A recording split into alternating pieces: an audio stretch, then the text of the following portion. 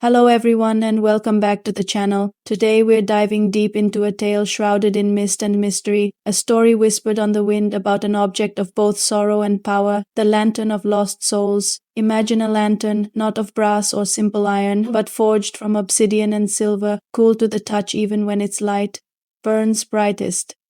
It doesn't cast a warm, welcoming glow. Instead, its light is a cold, ethereal silver blue, a beacon in the darkest night. But this isn't a light to guide you home. It's a prison. Legend says this lantern was crafted by a master artisan, a woman who lost her entire family to a brutal injustice, consumed by a grief so profound it twisted.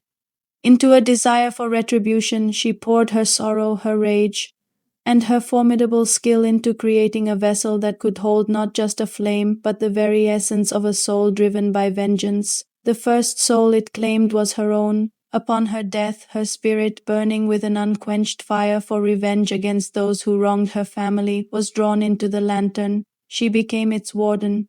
Its first captive, her light joined the cold flame, and the lantern of lost souls was born. From that day forward, the lantern developed a grim purpose. It calls out to spirits who linger in our world, not out of love or unfinished business of a gentle kind, but those tethered by the heavy chains of vengeance, the betrayed, the wronged, the souls who cannot find peace because their final moments were stolen by violence or deceit. They see the lantern's glow not as a threat, but as a promise. A promise of power, a promise of a second chance to enact the justice they were denied in life. One by one, they are drawn to it. A soldier betrayed on the battlefield, a merchant cheated out of his fortune and left to starve, a lover scorned and cast aside. Their stories are all different, but their final burning desire is the same: revenge.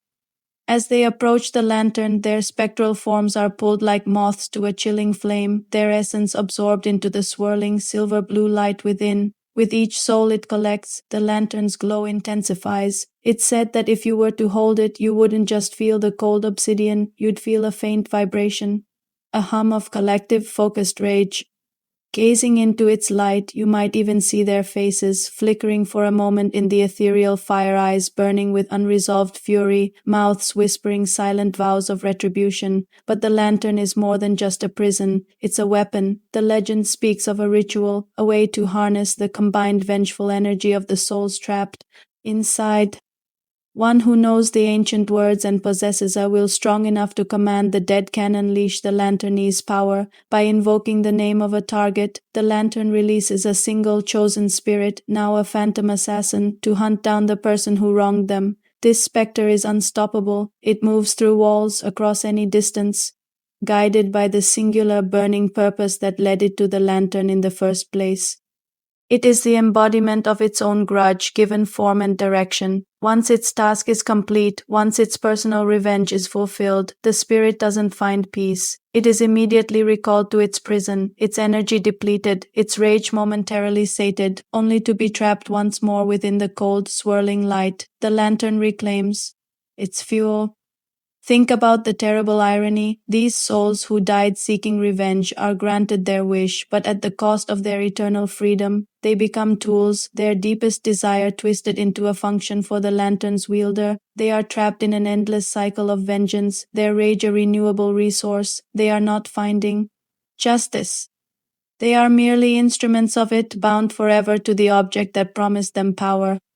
Over the centuries, the lantern of lost souls has passed through many hands. It has been sought by kings and sorcerers, by the desperate and the power-hungry. Each wielder uses it for their own ends, to eliminate rivals, to settle old scores, to build empires on the back of spectral assassins. But the lantern takes a toll on its master. To control such a concentration of pure negative energy requires immense mental fortitude. Weaker wielders are often driven mad, their minds shattered by the constant whispers of the trapped souls, their own hearts filled with the echoes of 1,000 grudges. They become paranoid, isolated, and eventually many of them meet a grim end, their own souls ripe for the lantern's collection. The lantern, you see, is a patient collector. It knows that power corrupts and that even the most righteous intentions can curdle into a thirst for retribution. It tempts its owners, whispering promises of ultimate justice, pushing them down a path where they too create enemies and harbor grudges. And when they fall, the lantern is always there, waiting to claim another powerful vengeful soul for its collection.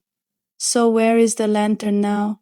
Some say it is lost, buried in a forgotten tomb to keep its terrible power from the world. Others believe it's still out there, sitting on a dusty shelf in a collector's vault, its true nature unknown to its current owner, and some whisper that it's actively being used, the cause of unexplained misfortunes that befall the powerful and the corrupt. A sudden accident, a mysterious decline in health, who's to say it isn't the work of a phantom assassin released from its silvery prison? The story of the Lantern of Lost Souls is a chilling cautionary tale. It explores the destructive nature of revenge, how it can consume you not only in life but even after death. It shows us that seeking vengeance doesn't lead to peace or closure, but to a cycle of pain and imprisonment.